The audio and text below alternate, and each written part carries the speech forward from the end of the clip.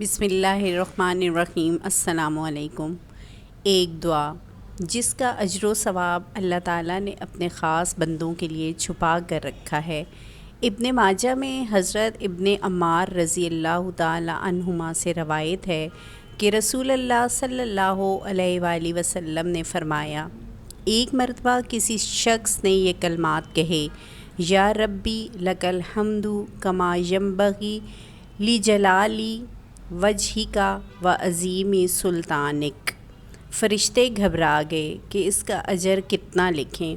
بالآخر انہوں نے اللہ جل شانہ سے عرض کیا کہ آپ کے بندے نے ایسے کلمات کہے ہیں جس کا اجر و ثواب کے بارے میں جاننے سے ہم قاصر ہیں۔